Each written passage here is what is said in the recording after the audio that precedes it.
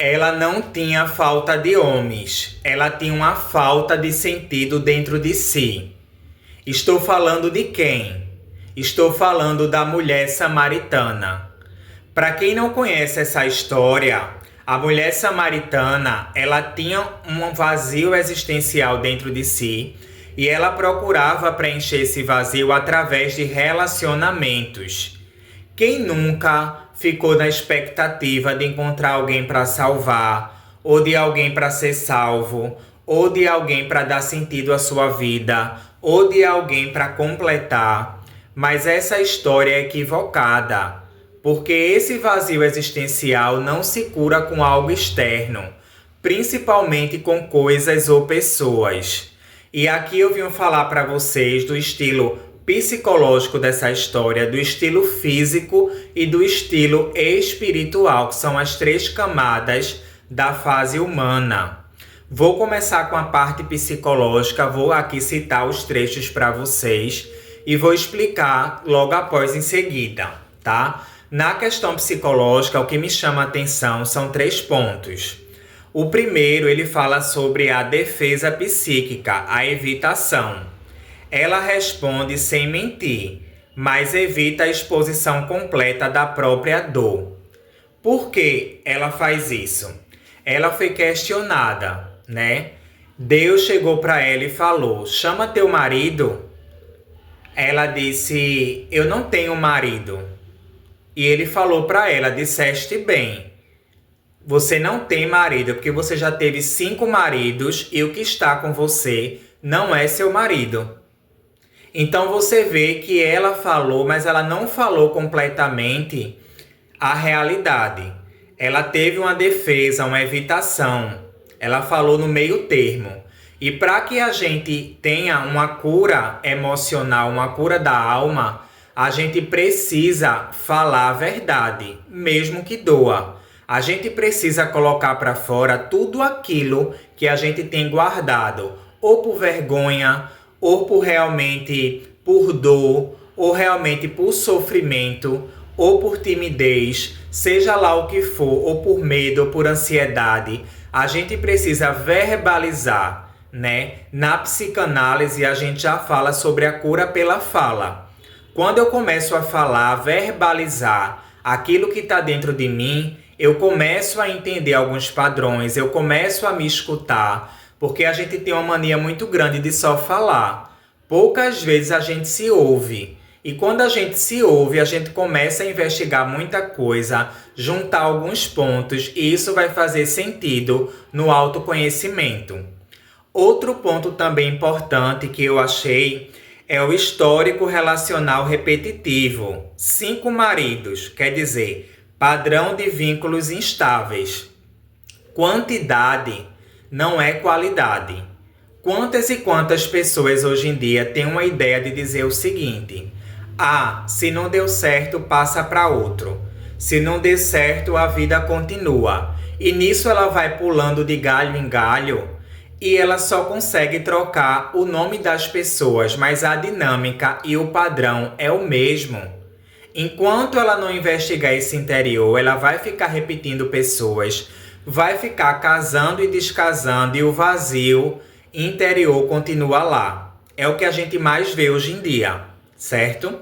Outra coisa também é a busca de pertencimento. Múltiplas relações podem indicar tentativa de preencher carência emocional. Ou seja, cada vez que você se relaciona, cada vez que você parte para um, parte para outro, no lugar de você achar que agora você está preenchido com aquilo que você quer, você fica mais vazio, você fica mais drenado. Primeiro porque muitas dessas relações são relações muito intensas. Às vezes você nem conhece a pessoa, não sabe nem quem ela é, se os valores dela combinam com o seu, simplesmente por uma carência emocional, por querer pertencer, você acaba baixando a guarda, você não tem limites, você não investiga se realmente aquela energia combina com a sua.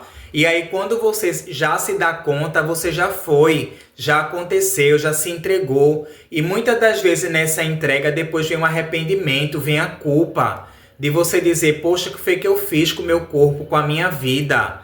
Eu não me respeitei, eu não me valorizei, eu não realmente cuidei de mim. E aí, naquela hora do vamos ver, naquela hora dos amassos, do amor, foi muito bom. Mas depois ficou vazio, ficou a sensação de objeto, ficou algo sem sentido, sem conexão. E isso nenhum ser humano, gente, suporta. Porque nós somos um ser psicológico, nós somos um ser físico e um ser espiritual. Isso está dentro da gente e não pode mudar.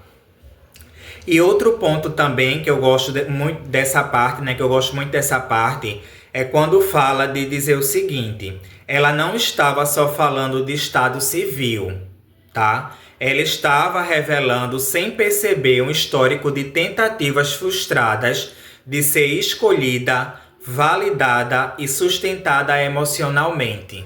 E aqui eu dou uma observação para as mulheres, né? Quantas e quantas mulheres não se identificam com essa mulher samaritana?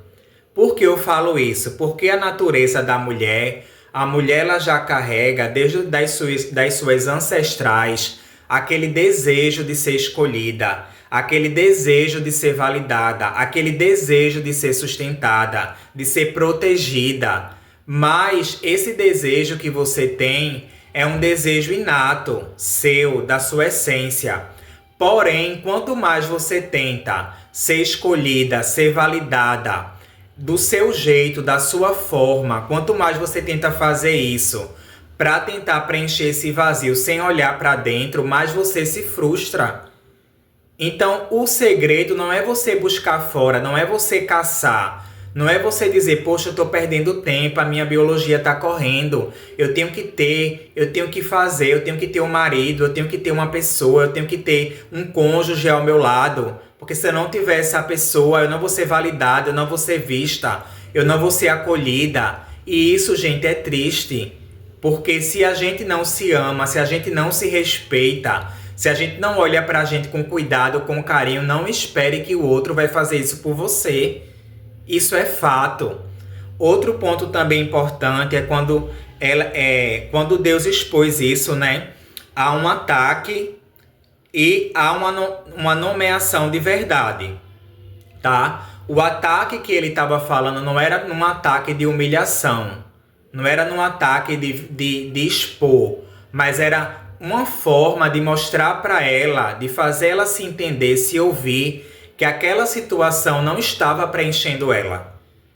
Então, se a gente for olhar nesse contexto, as perguntas provocativas, as perguntas que a gente faz para o paciente ou para aquela pessoa que a gente quer ajudar, muitas das vezes é uma pergunta meio que aparentemente lá fora, né, meio que grossa, mas não é esse tipo de grosseria que a gente quer falar. Eu quero falar do contexto de atenção, de conhecimento, de dizer, olha, tem alguma coisa errada, mas você precisa entender o que é para poder mudar. Então, muitas das vezes a gente quer ouvir palavras bonitas, quer ouvir palavras de conforto, bajulação, mas isso não muda ninguém, gente. Isso não muda ninguém. A gente precisa encontrar palavras que despertem a gente, que diga, olhe, do jeito que você está, dessa forma, infelizmente você não vai se encontrar. Mas aí você vê que o tempo todo ele joga a bola para ela entender e refazer e transmutar essa situação. Ele não dá tudo de bandeja, mas ele faz ela pensar, que é coisa que hoje em dia está muito difícil. As pessoas hoje em dia não querem pensar. Elas querem tudo para ontem, tudo no automático. E aí, quando vê, faz situações realmente contra a própria natureza. E aí, agora eu vou para a parte física. Na parte física, né? Parte física, comportamental e social, o que me chama a atenção é a questão da rotina moldada pela dor e pela exclusão, tá? Exclusão por quê? Porque ela já se sentia excluída. Ela foi pegar essa água no momento em que não tinha muita gente olhando. Talvez pela dor da consciência dela, da culpa. Porque às vezes a gente tem atitudes que a gente mesmo sente essa exclusão, essa rejeição dentro da gente. porque às vezes não é o que a gente queria. Não é, às vezes a gente quando chega que faz aquilo que a nossa carne está pedindo, que nosso corpo está pedindo, depois a gente se arrepende. E depois vem a culpa, vem um sentimento de medo, de isolamento, de exclusão. De repente você fica mais na sua, você observa, não vou passar por ali porque talvez olhem, talvez falem, talvez me vejam. E aí você começa a viver uma vida escondida. E a gente não foi feito para ser escondido, né? A gente foi feito para justamente mostrar a nossa essência, mostrar o nosso interior, tá? Outro ponto também muito importante que eu gosto de falar é a questão do indício de isolamento social, né? Possivelmente por julgamento da comunidade, né? E aqui entra corpo e comportamento junto, porque uma coisa leva a outra, né? O corpo revela o que a mente tenta esconder. Muitas das vezes a gente tenta se esconder padrão, mas o corpo grita. Grita como sintomas de medo, de ansiedade, de tremedeira, sintomas de baixa autoestima, né? O corpo ele reage, ele treme, ele começa a ficar vermelho, ele começa a ficar paralisado, porque esses conteúdos não estão colocados para fora para eu poder ajustar e mudar. Então eles ficam dentro e a maneira que isso tem às vezes de sair é através de uma dor corporal, de uma dor física, e você acha que é só uma dor física, mas tudo começou pela parte psicológica não tratada. E aí também a gente vê, né, a rotina dela. Ela já estava adaptada para não ser vista, para não ser confrontada, não ser ferida novamente. E quantas mulheres, né, passam por relacionamento, elas já ficam traumatizadas porque ela vai colecionando desprezo, ela vai colecionando o ataque do silêncio, o ataque da... Como é que eu posso explicar aqui? O ataque da falta de respeito, né? Da falta de acolhimento. Muitas das vezes essa mulher não é ouvida, ela não é validada, às vezes ela é comparada, tá? Ela é comparada e aí fere essa autoestima. E aí o que eu quero trazer é justamente isso. Então o que é que isso vem causar? Justamente o que eu estava falando. Ela fica voltando na mesma ferida, ela fica voltando na mesma situação.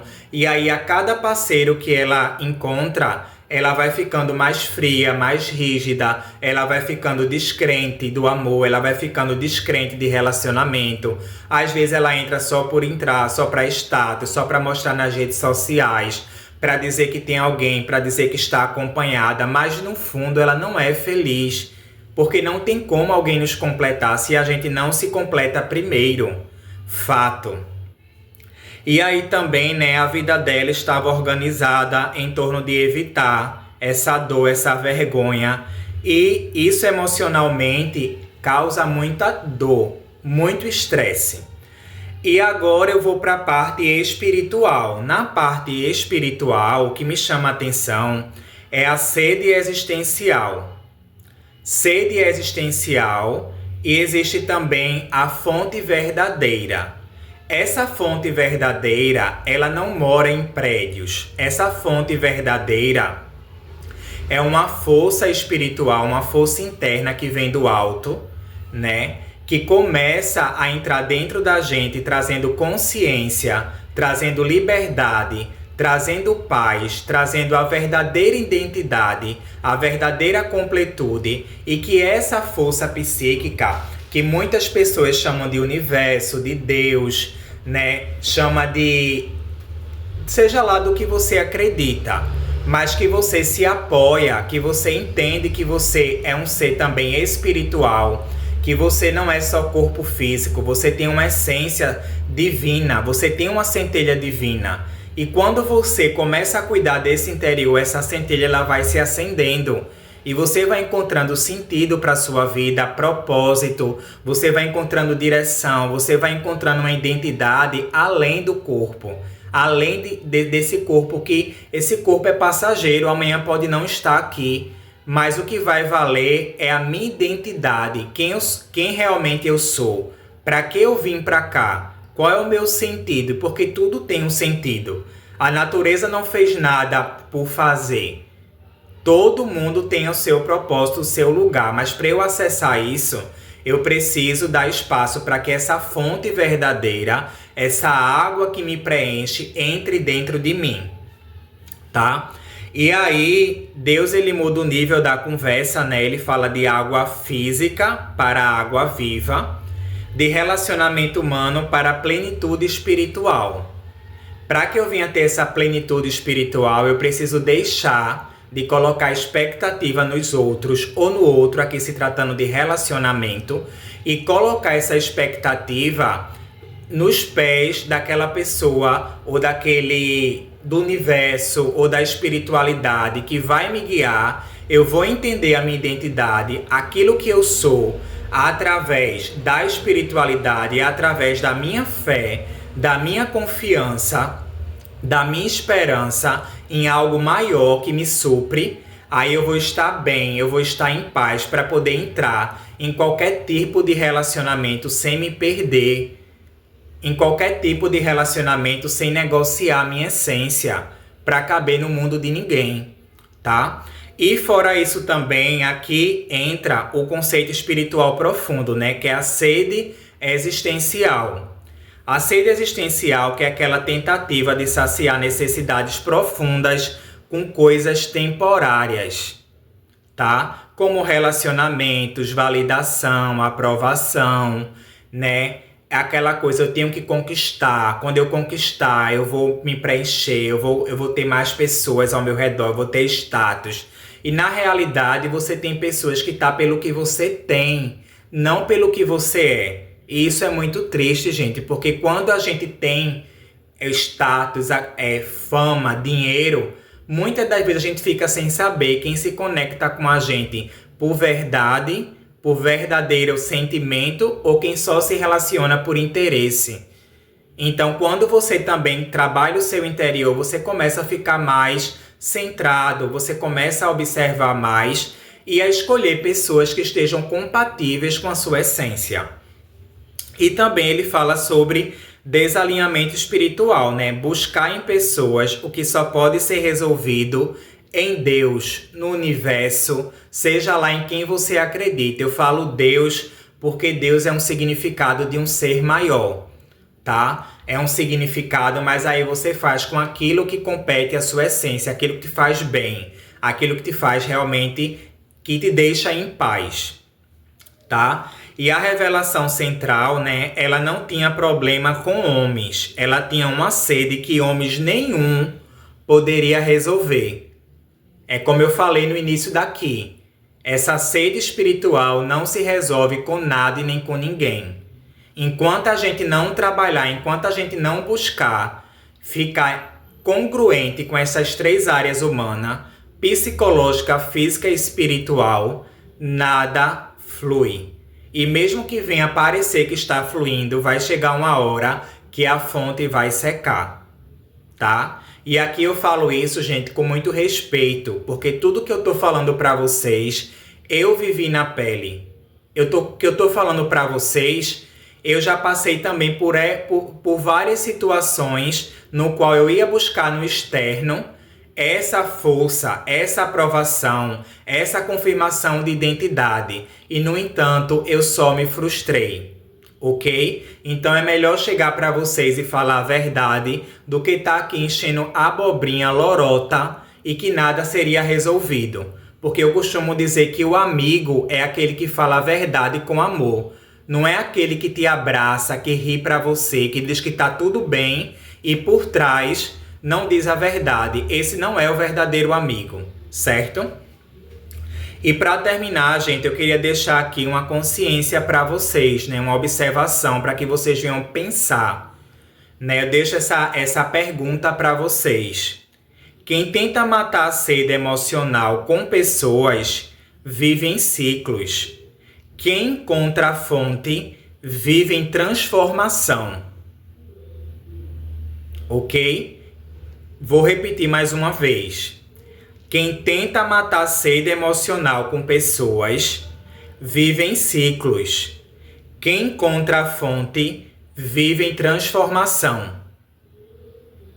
é uma fonte que jorra para a vida eterna. Ela não para de jorrar, ela se transforma todos os dias.